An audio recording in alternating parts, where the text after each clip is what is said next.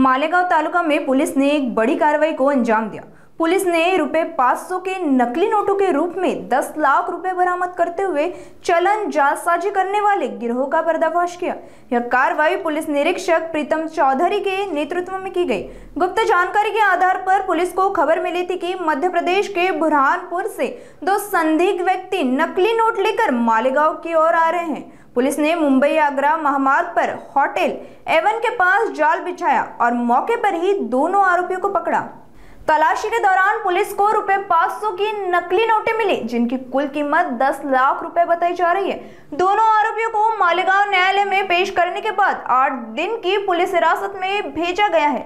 इस मामले की जांच पुलिस निरीक्षक प्रीतम चौधरी स्वयं कर रहे हैं। नासिक ग्रामीण पुलिस अधीक्षक बाला साहेब पाटिल ने बताया कि नकली नोटों के गिरोह पर पुलिस की कड़ी नजर है और ऐसे अपराधियों के खिलाफ सख्त कार्रवाई जारी रहेगी। 29 तारखेला मालेगाव तालुका पोलीस स्टेशनच्या हद्दीमध्ये मुंबई आग्रा महामार्गावर एवन सागर या हॉटेलच्या समोर दोन संशयित व्यक्ती या आमच्या पेट्रोलिंग पार्टीला आढळल्या।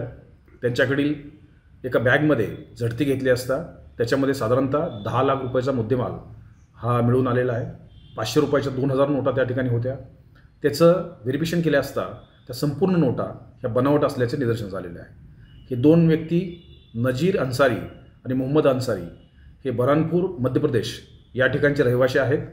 यांच्या कब्जातून संपूर्ण मुद्देमाल आणि 2 मोबाईल फोन हस्तगत करण्यात आलेले आहेत। या नोटा मध्य प्रदेशपेक्षा इतर राज्यातून आणलेल्या असाव्यात असा आतापर्यंतच्या तपासामध्ये काही गोष्टी समोर आलेल्या आहेत।